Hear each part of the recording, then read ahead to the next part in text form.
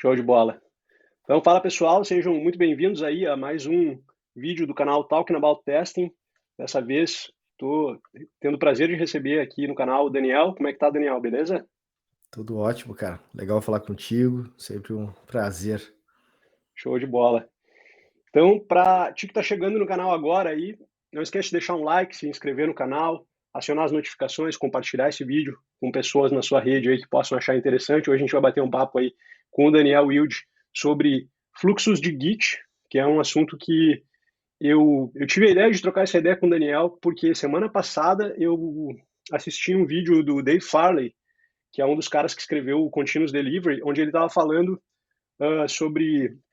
Ele fala que ele não gosta do Git Flow, né? Que é aquele um fluxo de Git que foi inventado, onde tu tem um branch de development, onde tu começa a tua feature branch dali, daí volta, daí quando tem um hotfix, tu tem que vir direto do master, e é meio confusa a coisa. E eu também não sou muito fã desse fluxo.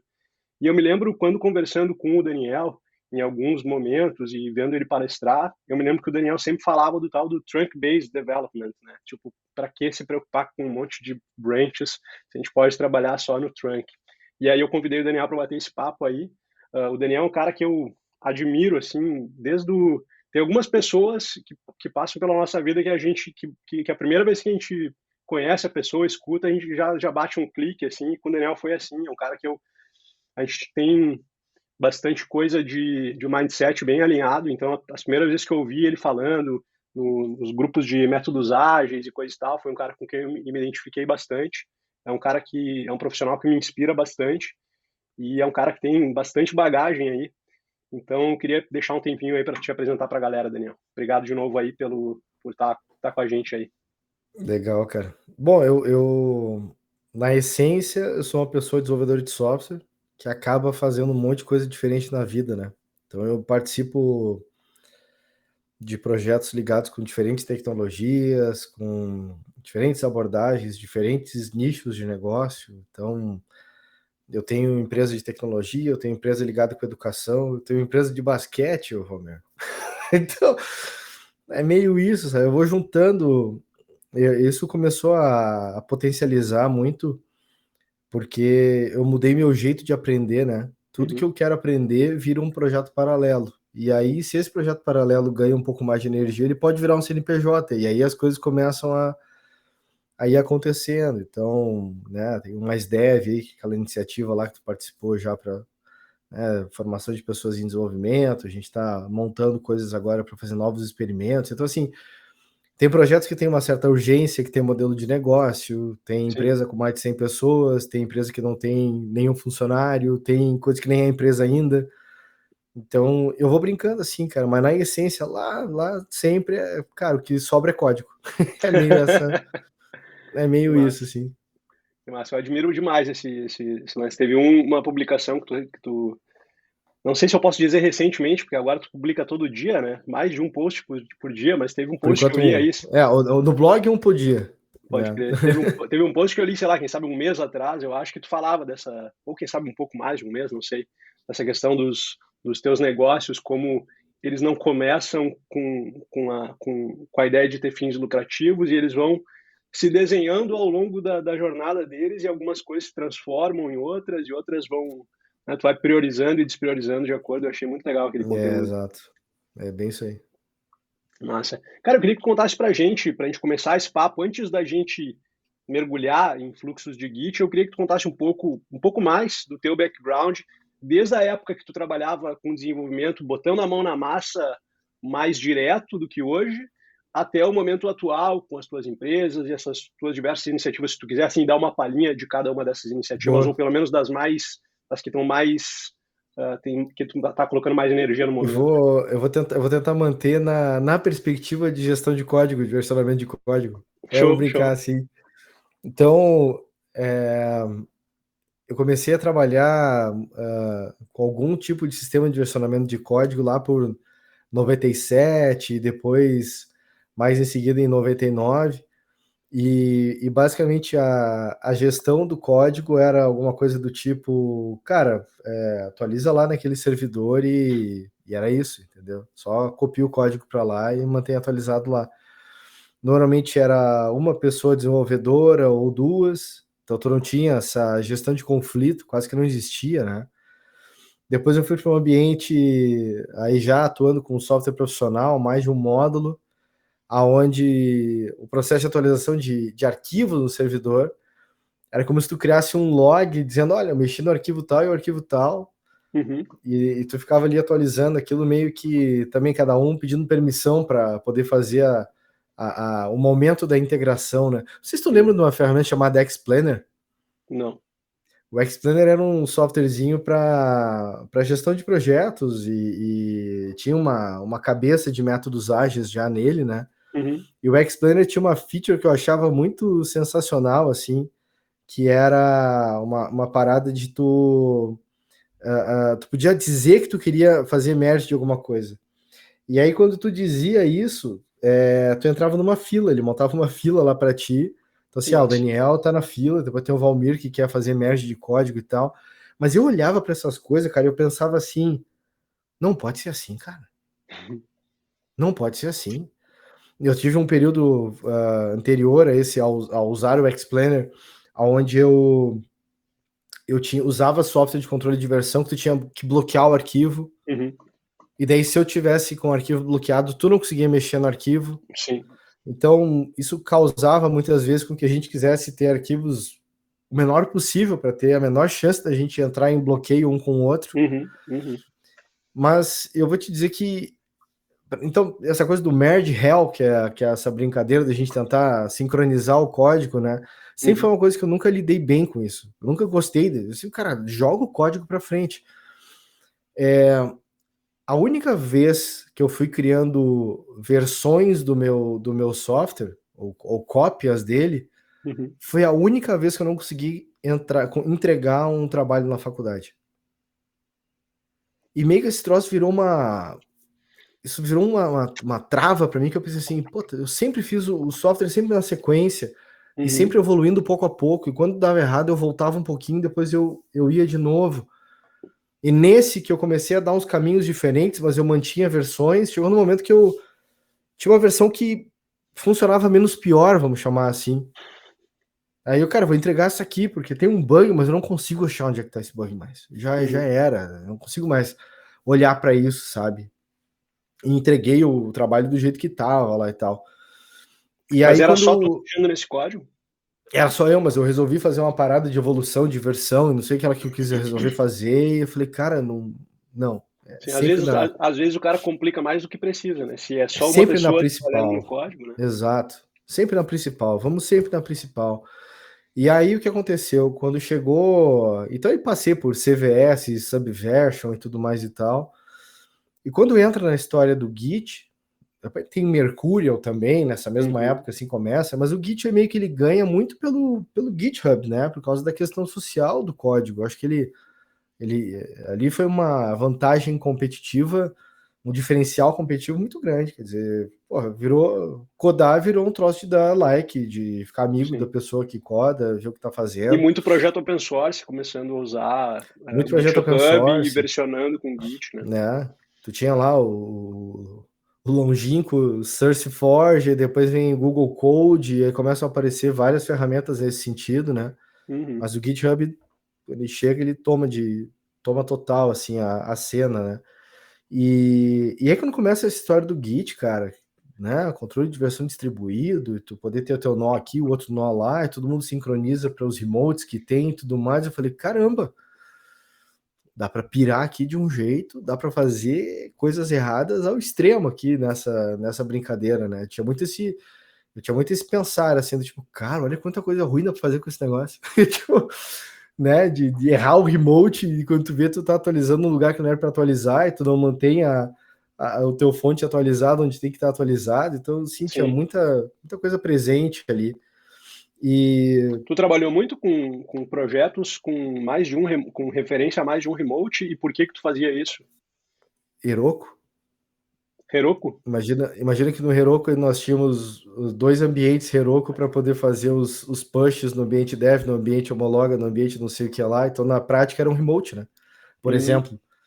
Mas fora isso, tu tinha a questão das máquinas rodando, e às vezes tinha gente que ia puxar código e puxava de um outro lugar. Então, Saquei. Mas Porque a minha, a né? minha visão do remoto é, normalmente, quando eu preciso apontar o meu repositório local para mais de um repositório remoto, penso em duas situações. Ou porque eu tenho um backup.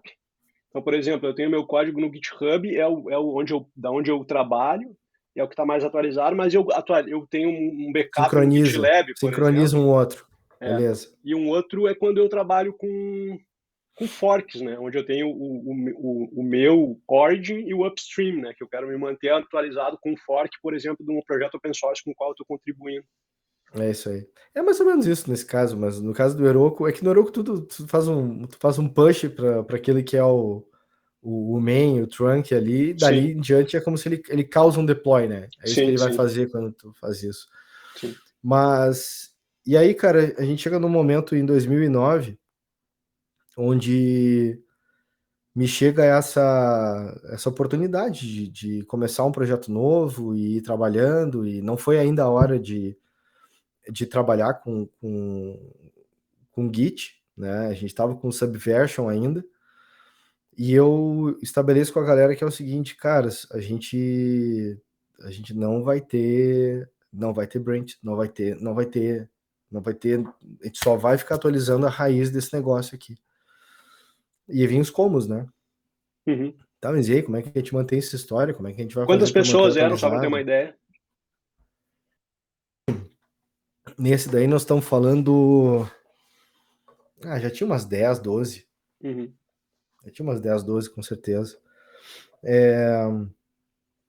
Tu imagina o software quebrando a toda hora, né? Toda hora alguém atualizava o controle de versão e pau. Uhum. Problema, erro, né? Exige uma E disciplina em volta do que é o que fazer que eu, controle de versão, né?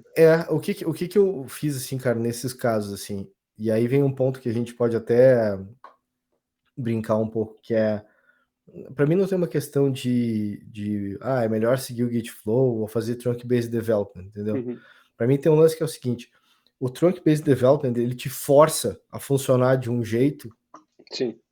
ele te força a funcionar de um jeito que tu sempre tem que estar pronto para produção. Sim.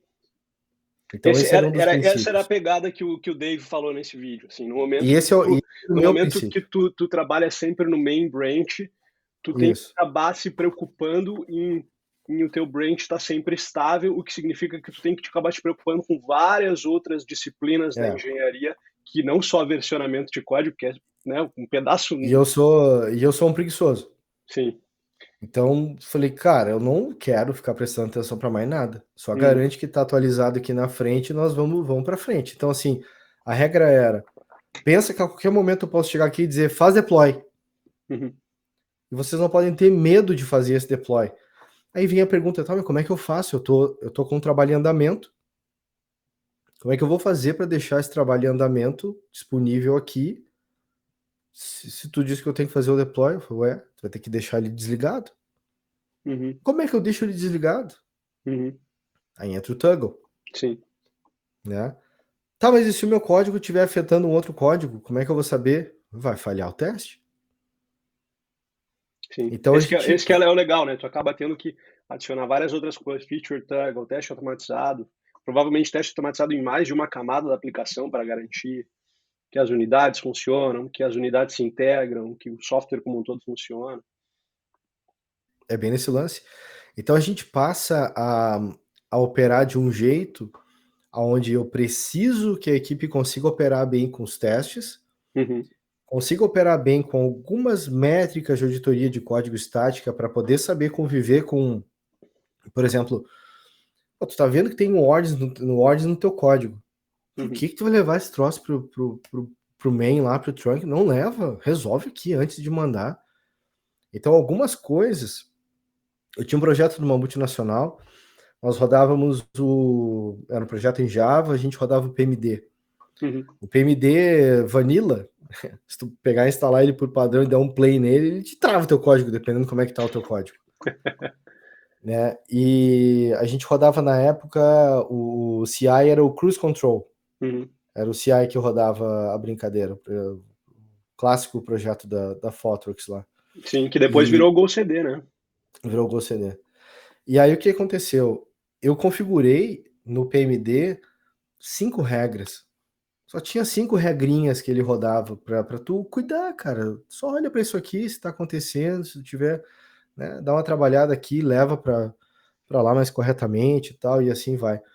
Então tinha uma questão de cuidado em relação a quais métricas eu realmente quero medir, quais realmente eu preciso levar em consideração. Uhum. Então, desde essa seleção de coisas, esse cuidado, era muito da atuação em prevenção.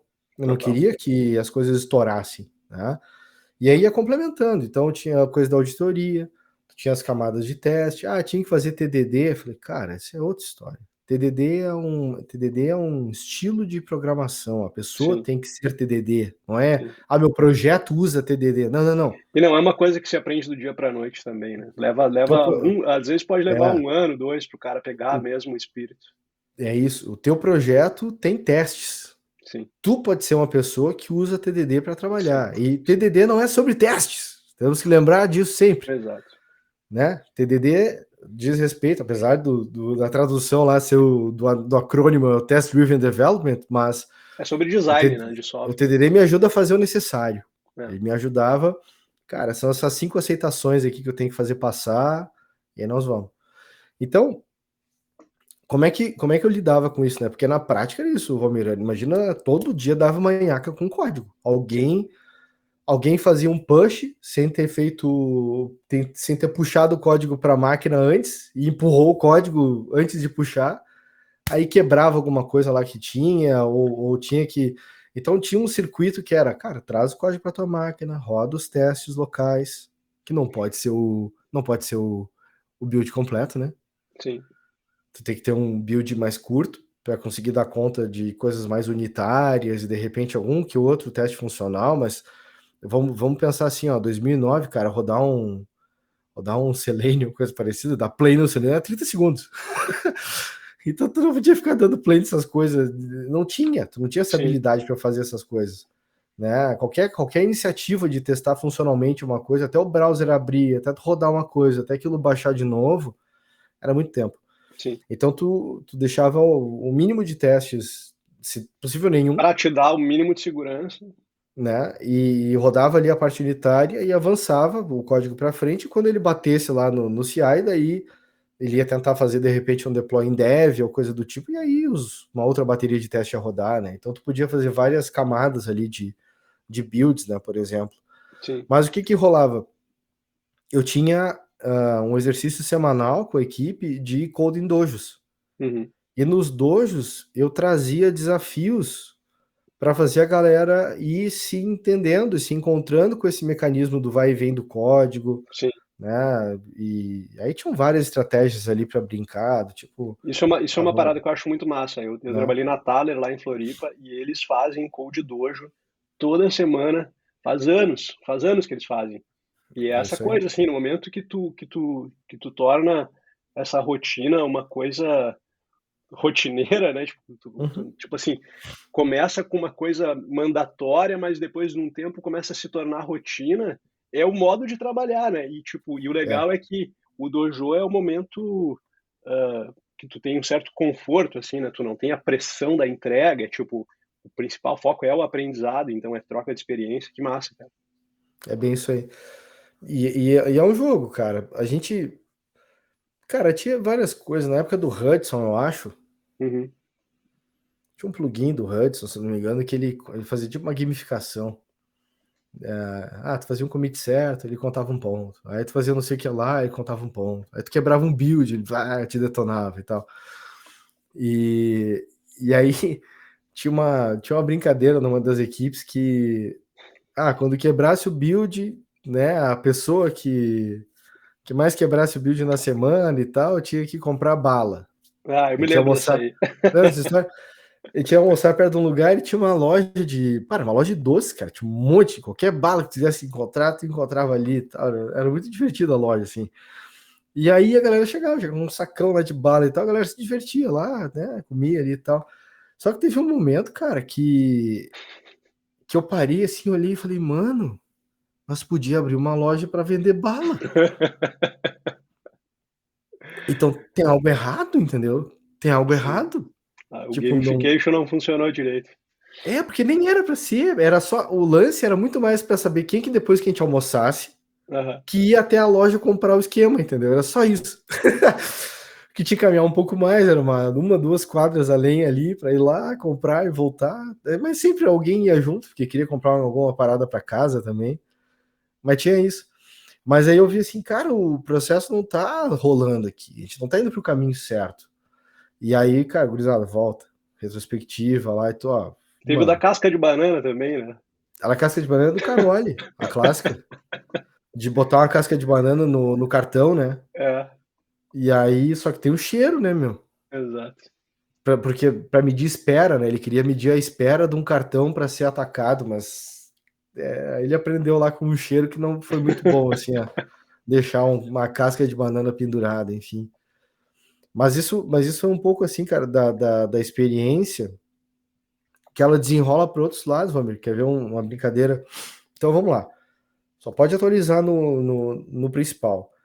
Quando a gente trocou de Subversion para Git, eu só tive que ensinar a galera que depois do commit tinha um push. Uhum, Só isso.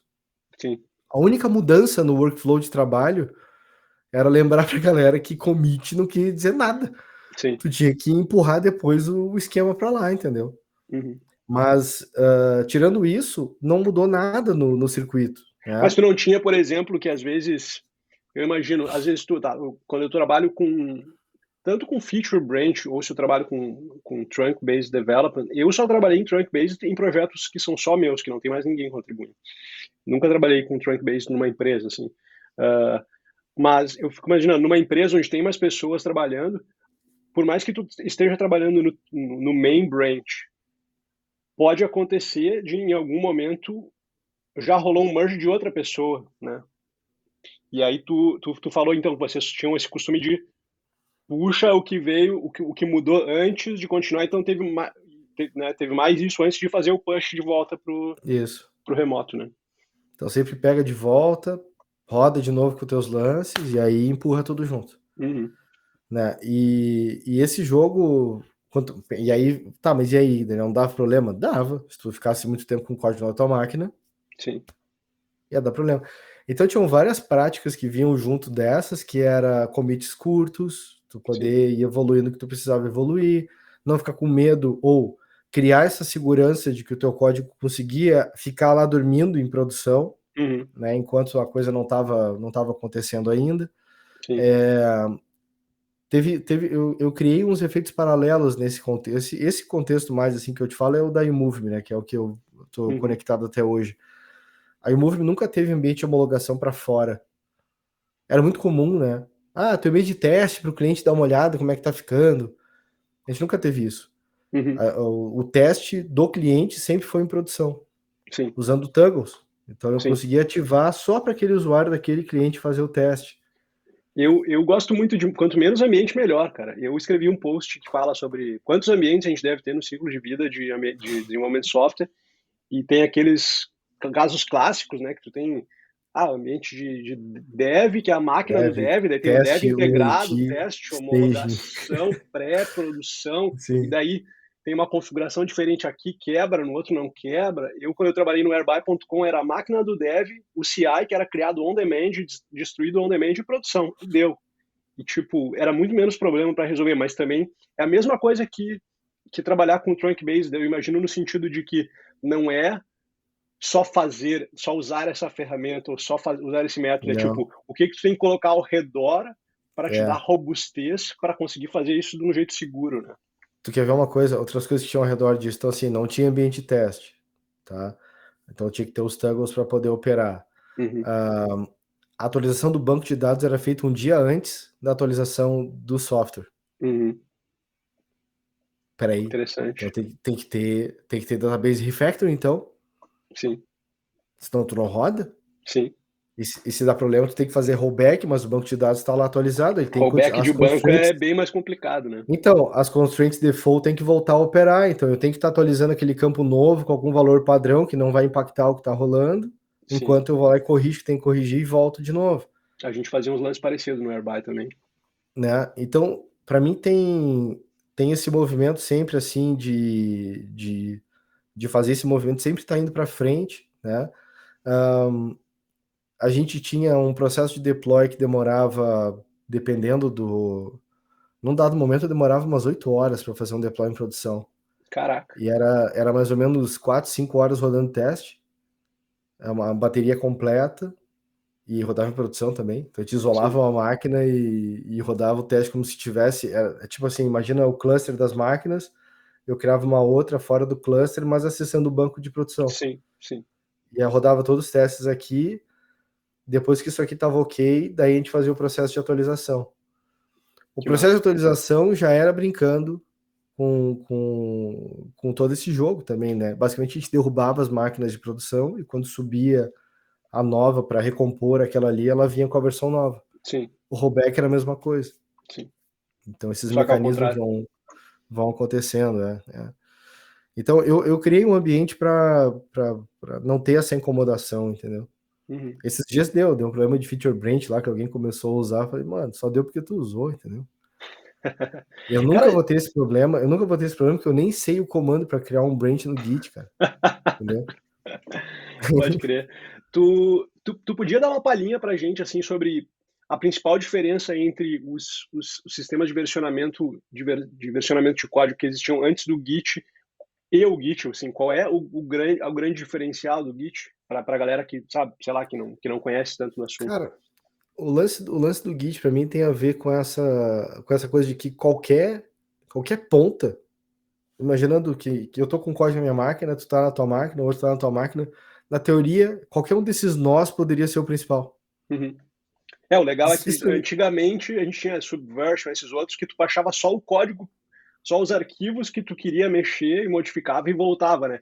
Quando tu tem Git, tu pega todo o código, mexe no o desenvolvedor pega todo o código, então essa questão mais de versionamento distribuído, né? Todo mundo tem uma cópia e completa da nos aplicação. outros, tu tem alguma coisa central gigantesca sendo instalada lá que tu precisa ter para trabalhar. O Exato, Git ele é muito mais leve nesse sentido e tem muita coisa que nasceu a partir disso, né? Por total. exemplo, o Heroku que eu te comentei aqui, o Heroku não nasceu para ser o que ele virou, que é uma Uhum. plataforma para hospedagem de projetos. Ele nasceu para ser um Sim, editor de código online. pode Ele crer. deu errado, só que os caras tinham aquela enginezinha de fazer o deploy e tal, eles tinham isso. Sim, Eles deram um zoom nisso e isso virou o Heroku. sim, Então é interessante isso. Mas assim, o normal era tu ter um sistema de código centralizado, então se aquele troço parasse de funcionar, tu tava ferrado.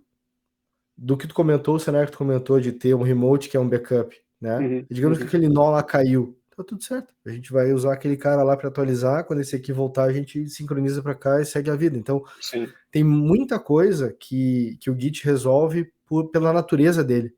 sim, Isso para mim é o mais legal, sabe? A gente olhar sim, para um trabalho, olhar para uma coisa que a gente tem que fazer e resolver pela natureza daquela coisa, sim. E o mais legal é que sabe? dá para usar o Git, tipo assim, provavelmente o maior use case é para versionamento de código, né? Mas dá para versionar qualquer coisa, né? Eu, quando escrevi o meu livro de Protractor lá, eu versionei ele totalmente utilizando o Git, né? Tipo, Meus livros são tudo em Git. que Meus livros são massa. tudo em Git, é isso aí. E aí tu tinha ainda um porém, que era essa questão de como é que você resolvia os conflitos, né?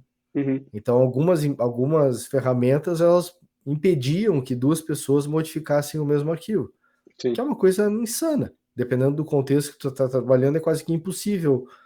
Aí tu poderia até ter uma coisa, não, mas o dono dessas classes aqui é o Valmir. Daí a gente tem que pedir para ele mexer. hum, Oi, cadê? Como é que eu trabalho posse coletiva se sim, pessoas não podem mexer no mesmo fonte que outras pessoas, entendeu? Eu vou mexer sim, no mesmo método, vou mexer em outro, não vai dar sim, conflito, sim, sabe? Então é meio poder brincar com isso, sabe? sim. Quem sabe nessa hora os dojos deviam ajudar bastante a galera a Total, trocar total. experiências e não ficar com aquela coisa de eu sou o dono desse pedaço do código, tu é o Mas eu dono daquele outro vou, pedaço. mas eu vou te falar que o pareamento é o que mais resolvia nesses casos, assim, sabe? Sim, sim, Até esse lance de mexer com as ferramentas, por exemplo, quando a gente começou a ir do Subversion pro Git, era mais sessões de pareamento, garantir que a galera sabia fazer o fluxo e tal, e depois vai total, embora. total. Então, resolvia por esse lado. Eu tive alguns mentorados que queriam se especializar mais em Git especificamente, e nada melhor do que, né, pegar um projeto, criar, né, fazer um remote, fazer os commits junto com o cara ali e tal, e criar um branch, e fazer um amend, fazer um rebase, né, fazer a coisa a prática é a melhor forma da gente repassar o conhecimento realmente. Cara, eu nem vou te perguntar, uma das perguntas que estava na minha agenda aqui era qual o teu fluxo de versionamento de código favorito, preferido, mas pelo jeito tu falou que tu nem sabe criar um branch com Git, então tu tá no mute aí, Daniel. Então teu fluxo deve ser o trunk based, né? Vou te dar um caso. Eu tive que gerenciar uma equipe que trabalhava com Git Flow, tá? Uhum, Aqui a gente usa o PR, a gente tem que mandar o PR, tem que fazer tal coisa, não sei o que lá e tal, e por aí vai. uhum, Como é que eu fazia quando eu trabalhava para esse time? E aconteceu algumas vezes de eu querer mexer e mudar alguma coisa e mandar de volta lá. Eu fazia um fork do projeto, e aí eu mexia nele como se para mim fosse um projeto open source, entendeu? uhum, Então, para mim não era, eu tenho meu branch de tal coisa. Não, eu tenho meu fork. Eu mexo no meu fork e aí eu vou lá e mando um pull request, como se eu estivesse trabalhando num projeto que não é meu. sim, sim. Que legal. Que é esse jogo que eu trago para as pessoas do tipo assim, se eu e o Valmir fazemos parte da mesma equipe, cara, a gente tem que poder fazer push no trunk, no main, e era isso, resolvido.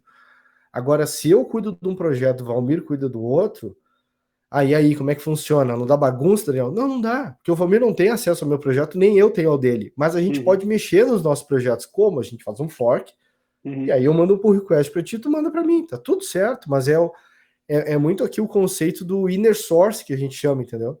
É como se a gente estivesse operando tu contributor de um projeto open source e eu também, uhum. Interessante, né? interessante.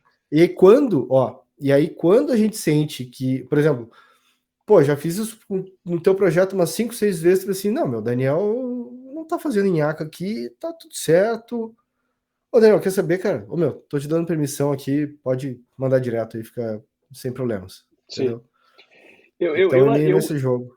eu, eu consigo ver isso funcionando em um projeto que tem pouca gente, cara. Mas, por exemplo, assim, sei lá, vou pegar um exemplo da época que eu trabalhei no GitLab. Cara, a gente tinha mais de 500 pessoas comitando diariamente, fazendo push diariamente para Mas quantos módulos diferentes tu tinha, entendeu? Esse que é o jogo no fim do dia, sabe? Se for pegar diversos, assim, é, mas também tem aquela coisa, né? Tipo assim, se é um monolito, às vezes tu mexe numa coisa que tu acha que não vai impactar a outra e impacta, né?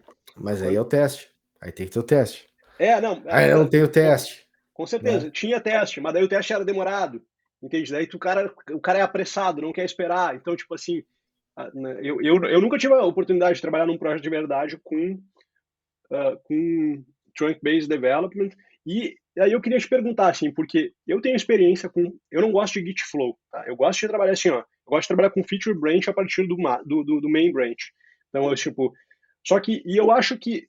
Daí eu queria ouvir a tua opinião da perspectiva que eu tenho. Então, a minha perspectiva é: tanto o feature branch a partir do main, que volta para o main rápido, quanto trabalhar só no main e ter todas essas, em ambos ter todas essas coisas ao redor que te dão a segurança, tu ter análise estática de código, tu ter teste unitário, tu ter vários tipos de teste, vários tipos de validação, tu ter code review. Até code review é uma coisa que eu fico interessado, assim, como é que funciona quando é trunk-based development. Uhum, Mas uhum.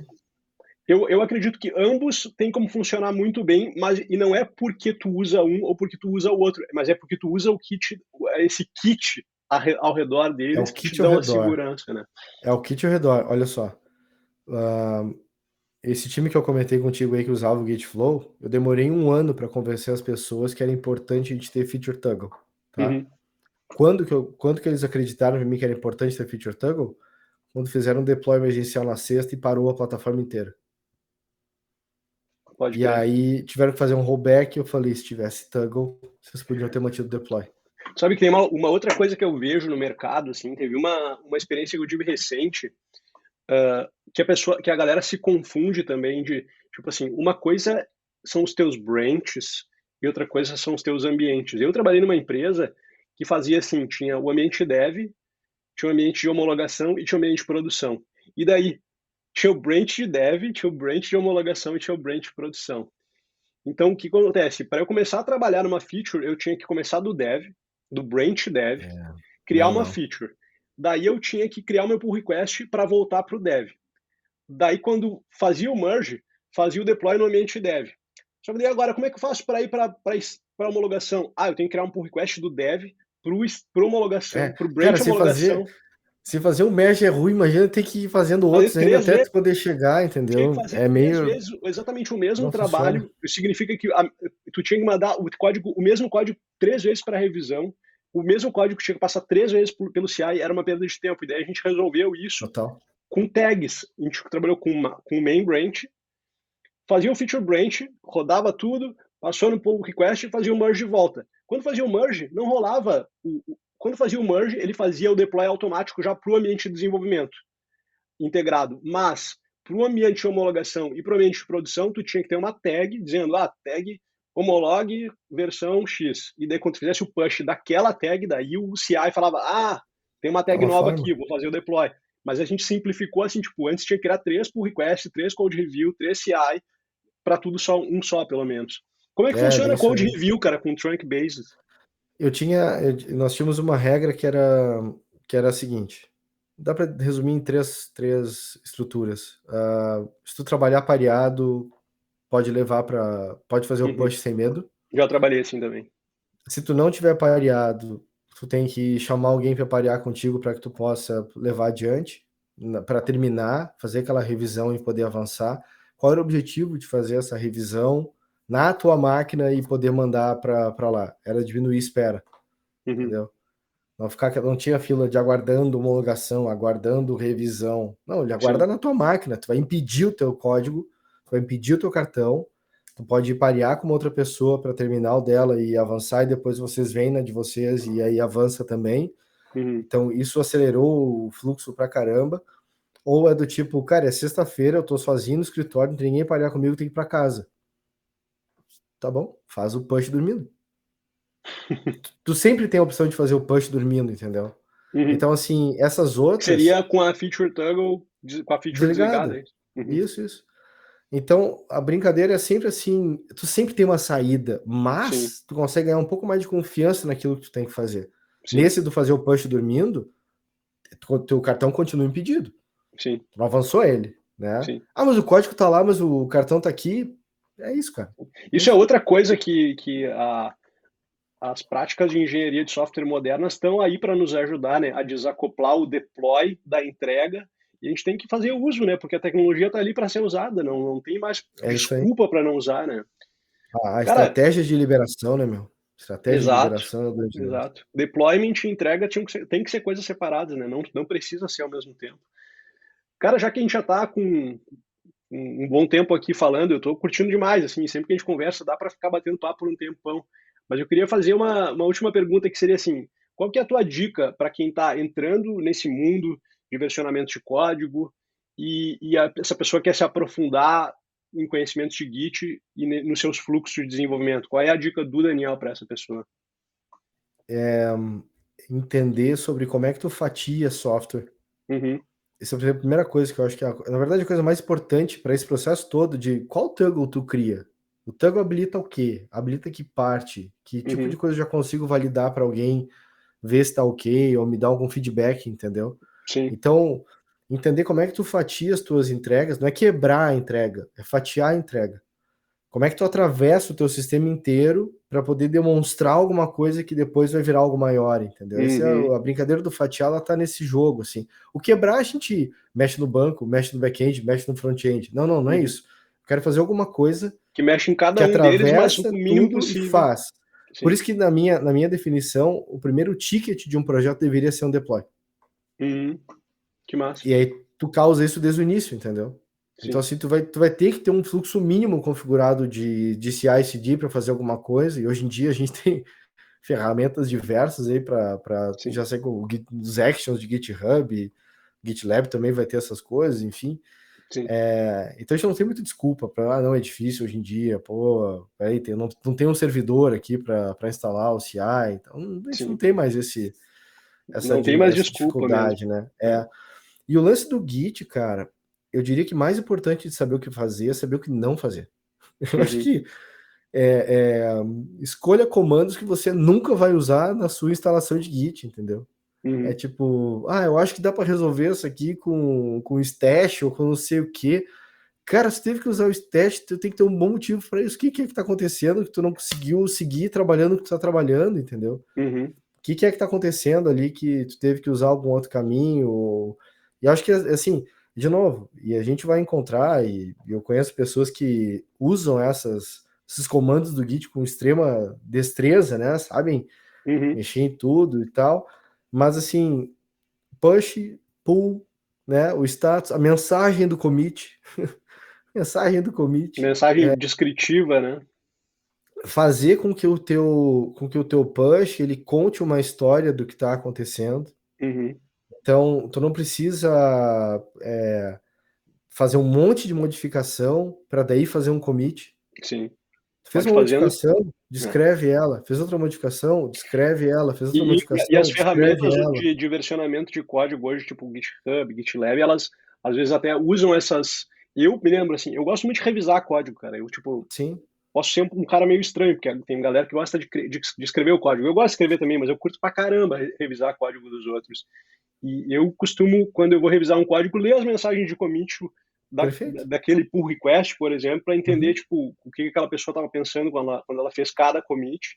É isso. Então, eu Às acho que vezes, até commit é reverter, um meio de comunicação, reverte o né? commit, adiciona, faltou um arquivo.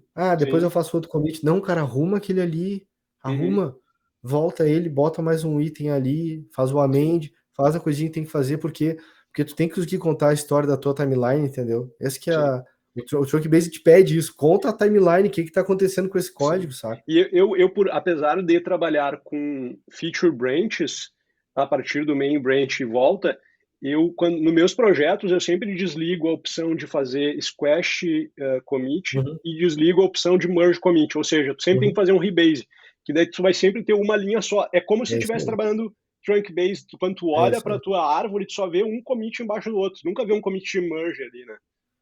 Eu acho que esse é o grande lance, cara. E por que que é importante saber do Git, eu saber mais avançado, né? Mais avançado. É importante que alguém do teu time saiba mais do que tu.